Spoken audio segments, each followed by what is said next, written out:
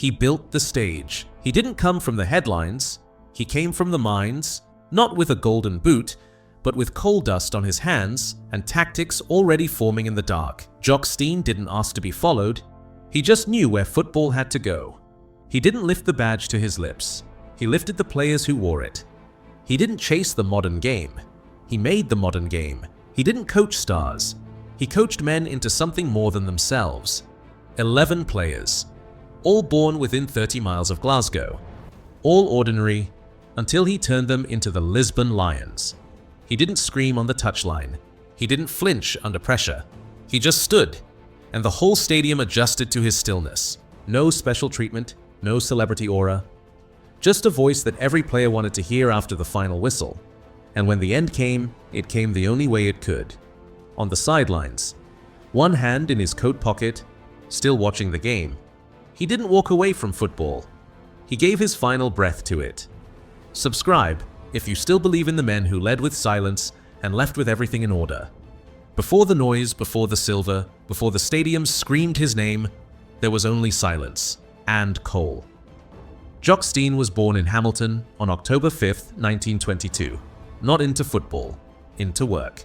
He left school at 15, entered the mines, hour after hour underground. His lungs took in the dark, but his mind stayed lit. No boots, no training ground. Just a boy with a stubborn heart and a body that wouldn't quit. He started with Blantyre, Victoria, not for fame, but for the feel of the ball after the shift. Then came Albion Rovers, where he made approximately 236 appearances for Albion Rovers, scoring 9 goals while still working in the coal mines. It wasn't glamorous, it wasn't clean, but it was his way in.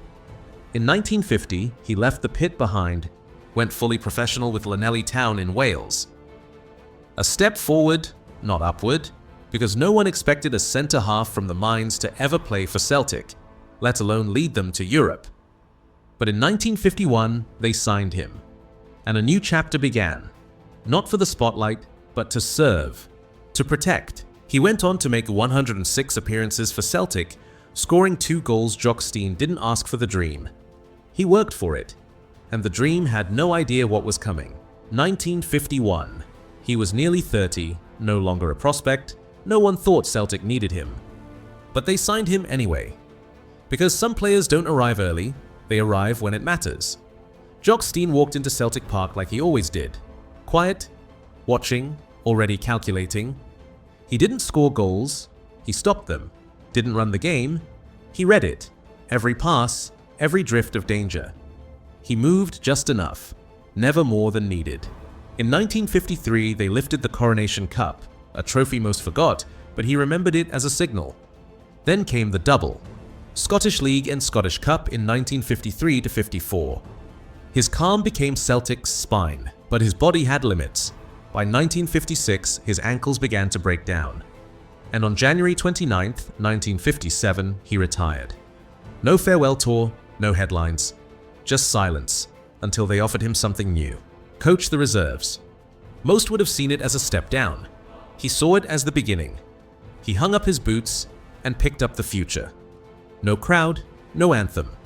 Just Celtic's reserve team and one man watching everything. Jock Stein took over quietly in 1957.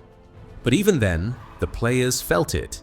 He spoke little, but what he said stuck. He coached the next generation, Billy McNeil, Bobby Murdoch, John Clark. Before they were Lions, they were kids under his shadow. But Stein wasn't made to stay behind the curtain. In 1960, Dunfermline Athletic came calling. Bottom of the table, no hope. He walked in and changed everything. Hard training, sharp minds. 6 wins in his first 6 games. 1 year later, he lifted the Scottish Cup, beating Celtic, his old club, now on the wrong side of his ideas. Then in March 1964, he took charge at Hibernian. More order, more fire. He won the Summer Cup, rebuilt the defense, and gave the club its spine back. He wasn't chasing titles. He was chasing clarity, of purpose, of play, of belief. By 1965, the message was clear. Jock Stein didn't belong in the background. He belonged at Celtic Park, but not as a player, not as a coach, as something more. March 1965, the return. But this time, not as a player, as the man in charge.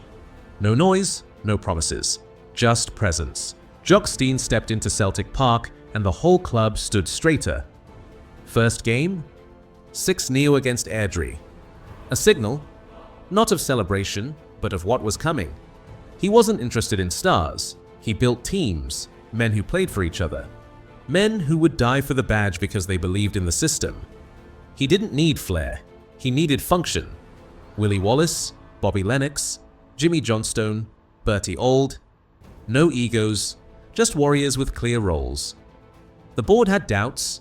They hadn't won a league in 12 years. But Stein didn't listen. He worked, won the league in his first full season, won respect without asking for it. He pushed them further, beyond Scotland, beyond reputation, into Europe.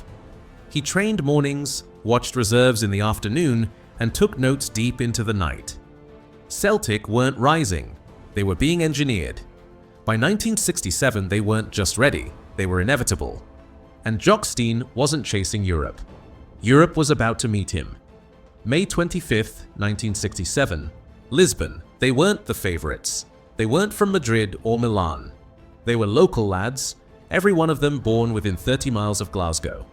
And their manager, Jock Stein, a former miner, a quiet tactician with no need for drama, just belief, structure, and total football. The opponent? Inter Milan, European giants, two-time champions, defensive masters. But Stein didn't play to contain, he played to conquer. Inter scored first, a penalty. Didn't matter. Celtic kept going, kept passing, kept breaking them down. Then came Tommy Gemmell, a full-back who struck like a striker. Boom. 1-1. Then Stevie Chalmers found the net. 2-1, final whistle. Celtic, champions of Europe. The first British team to ever do it. Not with money, not with imports, with faith, fire, and the mind of Jock Stein. He didn't lift the trophy first. He let the players take it, because he knew he hadn't just won a final. He'd built a philosophy.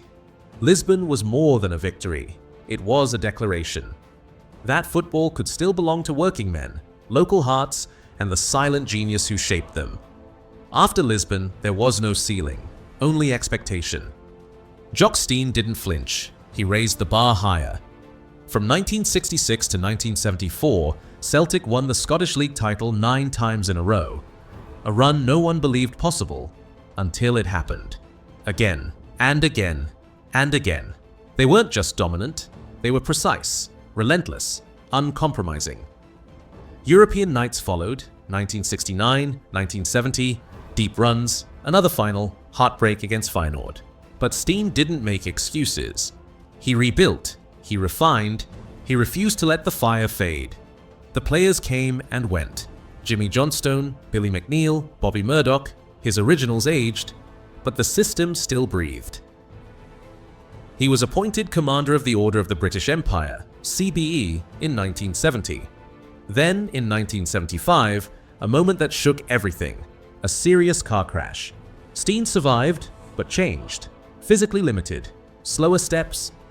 But his mind? Still sharp. Still tracking every pass. He returned to the dugout. But the rhythm had shifted. New clubs were rising, new pressures circling. By 1978, after 13 seasons, 25 major trophies, and the most dominant era Celtic had ever known, Jock Stein stepped down. No farewell speech, no final parade, just quiet distance. The giant had done his work, and the empire would never be the same again. He didn't fade into retirement. He answered one more call, this time for his country. In October 1978, Jock Stein took full command of Scotland. No longer club manager, now the figurehead of a nation. It wasn't easy. New pressures, new egos, and every match felt like a referendum on the past. But he didn't flinch. He led Scotland to the 1982 World Cup. He built a squad of warriors, Dalglish, Souness, Strachan, McLeish. He didn't demand loyalty, he inspired it. Through injuries, tabloids, politics, he held the center, as always. Then came September 10th, 1985, Ninian Park, Cardiff. A must-win match against Wales. Tense, brutal, unforgiving. Scotland fought to a 1-1 draw. It was enough. They'd secured a place in the playoff. But on the sideline, Jock Stein collapsed on the sideline and died of pulmonary edema on 10th of September 1985 at Ninian Park, Cardiff. He was 62. He died doing what he loved, still managing, still standing, still watching every pass. Alex Ferguson, his assistant that night, took the players into the tunnel. No celebrations. Just silence. I lost a mentor. Scotland lost a leader. Alex Ferguson. He didn't get a final match. No lap of honor, no applause, just a coat on his shoulders, a notepad in his pocket, and the eyes of a nation forever looking back at that one moment when the giant fell. You don't measure a man like Jock Stein in trophies. You measure him in echoes, in statues, in silence, in what football still remembers, even when no one says his name. After his passing, they built a stand in his honor, the Jock Stein stand, facing the pitch he once ruled in silence. A bronze statue of Jock Stein, sculpted by John McKenna, was unveiled outside Celtic Park on 5th of March 2011. Larger than life, just like he was. Not celebrating, not shouting, just standing. Watching. Like always. He was inducted into the Scottish Football Hall of Fame, the Scottish Sports Hall of Fame. But those are just plaques. His real legacy? It's the men he shaped, the fire he lit, the order he brought to a game drowning in chaos. Ask Alex Ferguson, ask Dalglish, ask the Lisbon Lions. They'll tell you the same thing. He wasn't just a manager, he was the system, the calm, the edge, the reason they believed. He died in the dugout, and somehow he never really left. Because you can still feel him in every Celtic roar, in every Scotland hope, in every moment where football chooses silence over spectacle. He didn't ask to be remembered, he just made it impossible to forget him. Jock Stein, the man who didn't chase the game, he showed it what it could become. Subscribe if you still believe football belongs to the men who build empires quietly and leave only legacy behind.